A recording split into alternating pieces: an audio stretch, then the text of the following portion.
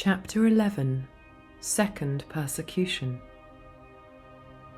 On the death of the Emperor Vespasian, his eldest son Titus succeeded him. He was a very wise and good prince, but he reigned only 2 years. He was succeeded by his brother Domitian, under whom the second great persecution of the Christians took place. Domitian was naturally of a cruel and suspicious temper. He always wished to be the first in every way, and he was jealous of anyone who was superior to himself.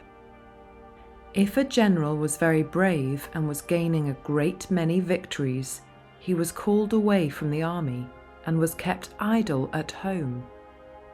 If a senator was known to be very clever or very good, some frivolous accusation was found against him, and he was banished or put to death. So that, in fact, the greatest crime in the eyes of Domitian was to be good, or clever, or brave, or great in any way whatsoever. At the beginning of his reign, he tried to make himself beloved by his people, and for 2 years he governed very well. But every now and then his jealous temper would get the better of him and make him do some cruel thing, so that it was impossible for people to love him. He was not really good and kind, but was only pretending from selfish motives to be so, and this made him so uncertain in his moods that people never knew what sort of temper they might find him in, and thus they came to fear him and to tremble in his presence, almost without knowing why. Domitian quickly perceived this, and it only made him more jealous and suspicious than ever. His dark moods came more frequently on him, and at last he gave up trying to make himself loved, and became one of the greatest tyrants that ever lived. But while he made other people unhappy, he himself was the most unhappy man in the empire. He worked himself up into such a state of suspicion that he could not trust his servants or his most intimate friends, and at last he had a room built, lined with marble, which was so highly polished that it reflected objects like a looking-glass, so that no one could come near him without his perceiving them. And there he sat, constantly watching those who were waiting on him, and literally trembling at every shadow. It was his suspicious temper, and not any thought about religion, that led him to persecute the Christians. He had 2 cousins, Flavinus Sabinus and Flavinus Clemens, who were both very good young men. The elder, Flavius Sabinus, was consul with Domitian the first year of his reign, but the herald who was proclaiming their names made an unlucky mistake and said Flavinus Sabinus Emperor instead of Flavinus Sabinus Consul, and this trifle being enough to alarm Domitian, some excuse was soon found for putting the unfortunate young man to death. Flavius Clemens was of a very different character from his brother. He did not care for worldly honours or riches, and it was impossible to make him angry like other young men. So people thought him stupid and idle, and even cowardly and without proper spirit, as they said.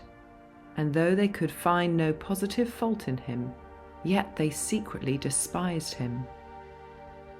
Domitian was very glad of this, and as he saw that he had nothing to fear from him, he took him into his favour, made him consul, and gave him his niece Domitilla for a wife, and adopted their children to be his heirs. But though Domitian was right in thinking that he had nothing to fear from Flavius Clemens, he was quite wrong in thinking that it was because he was stupid and cowardly. The fact was, Flavius Clemens was a Christian, and his heart and his treasure were in heaven, so that it would have seemed to him a very small thing to be emperor of the whole Roman world. For some time his religion was very good for him in a worldly point of view, for it was the means of saving his life. But Christ has called all his disciples to take up their cross and follow him, and sooner or later he will send each of them a cross and give them the opportunity of suffering for him. So it was with Flavius Clemens. In proportion as Domitian became more and more suspicious, he began to look more and more closely into the conduct and character of Flavius Clemens. And then he noticed many strange things in him which he had formerly thought nothing of. Flavius did not mix with the other courtiers.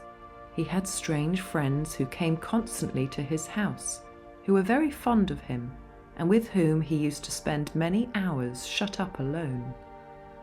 Domitian did not know how much all the Christians loved each other, and that they spent a great deal of time in prayer. So he thought Flavius and his friends could not be doing anything else than plotting to kill him and make Flavius emperor. It was impossible to make out that Flavius had done anything against the laws, so it was necessary to invent a new crime to accuse him of. As the Christians did not believe in the heathen gods, they were said to be atheists, that is, persons who do not believe in any god whatsoever. And because our Lord and his first disciples were born in Judea, they were often called Jews. So Flavius Clemens was accused of atheism and Jewish manners and was put to death. His wife, Flavia Domitilla, was banished to the island of Pandataria, and his niece, whose name also was Flavia Domitilla, was banished to the island of Pontia. Of this second Flavia Domitilla, more will be said in another chapter. Several other persons of high rank were either banished or put to death, and among the martyrs were St. Cletus, the second bishop of Rome after St. Peter, and the apostle St. John. As Domitian now inquired more closely into the religion of the Christians, he discovered several things which frightened him terribly, for he found out that they obeyed a king called Jesus Christ, who was descended from David, one of their ancient kings, and that they expected this Jesus to set up a kingdom which would conquer all the other kingdoms of the world.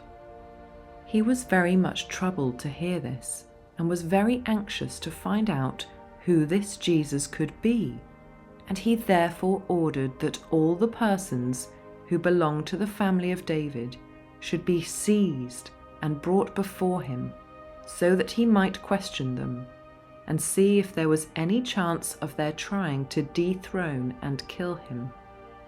Among those who were brought before him were 2 grandsons of the apostle St. Jude, who were therefore cousins to our Lord.